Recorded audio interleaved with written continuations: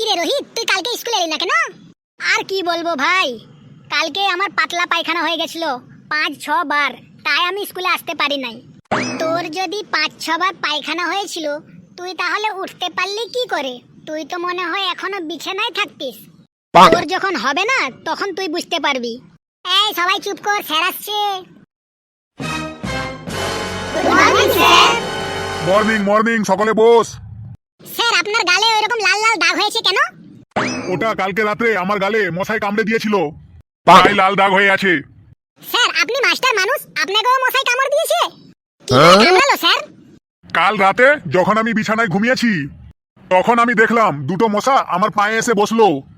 আমি তখন ভাবলাম ওরা হয়তো নতুন বিয়ে করেছে, তাই আমার পা ছুঁয়ে আশীর্বাদ নিতে এসেছে। তাই আমি মশা দুটোকে কিছু বললাম না। ও মা, তারপরে একটু পরেই দেখি আমার গালে এসে কামড়ে দিয়ে চলে গেল। স্যার আমাকে রাতে ঘুমানোর সময় একটা মশাও আমাকে কামড়ে দিতে পারে না। তাহলে তুই নিশ্চয় মশারি টাঙিয়ে ঘুমাস, তাই তোকে মশা কামড়াতে পারে না। না স্যার, আমি মশারিও টাঙাই না। তাহলে তুই কি ফর্মুলা ইউজ করিস যে তোকে মশা কামড়া দিতে পারে না? স্যার আমি প্রতিদিন রাতে ঘুমানোর সময় আমার কানের পাশে মশা যখন এসে ভন ভন করে, তখন আমি ওদের মধ্যে একটা মশাকে ধরে মেরে ফেলি। তখন বাকি মশাগুলো ওই মরা মশাটাকে শ্মশানে নিয়ে গিয়ে সৎকার করার জন্য ব্যস্ত হয়ে পড়ে, তাই ওরা আর আমাকে কামড়াতে আসে না। এই যে শুরু হলো তোর ফালতু কথা। একদম ফালতু কথা বলবি না, চুপচাপ বস। ফেলু, তুই দাঁড়া। বলুন স্যার। তুই বল, সকাল সকাল ঘুম থেকে উঠে হাঁটাচলা করা এবং ঘুরে বেড়ানো উপকার কি কি? স্যার আমি কোনোদিন সকাল সকাল ঘুম থেকে উঠে ঘুরে বেড়াইনি মনে হয়। তুই সকালে উঠে ঘুরে বেড়াস না কেন?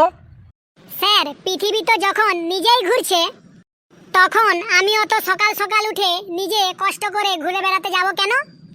তোর চুলগুলো কিন্তু সত্যি সত্যি এবার আমি সাদা করে দেবো। তুই হাত তুলে দাঁড়া।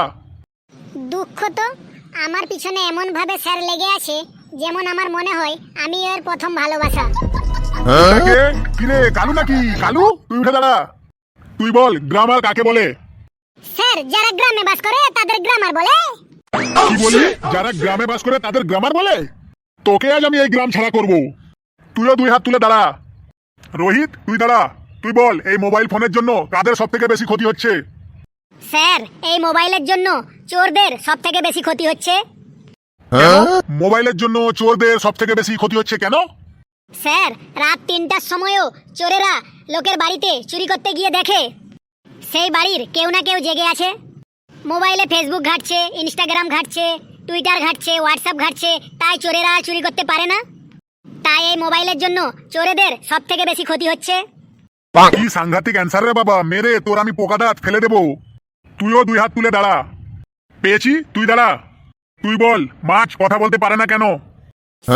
আপনি যদি জলের তলায় ডুবে থাকেন তাহলে আপনি কথা বলতে পারবেন?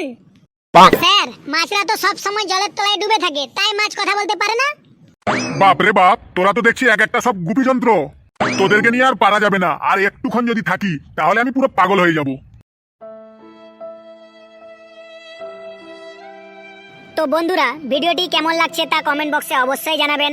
আর চ্যানেলে যদি নতুন থাকেন অবশ্যই শেয়ার করে সাবস্ক্রাইব বাটনটা ক্লিক করে দেবেন, যাতে এরকম নতুন নতুন মজার হাসির ভিডিও তাড়াতাড়ি আপনাদের কাছে পৌঁছাতে পারে। হাসতে থাকুন, সুস্থ থাকুন, যত হাসবেন তত মন ভালো থাকবে। ধন্যবাদ।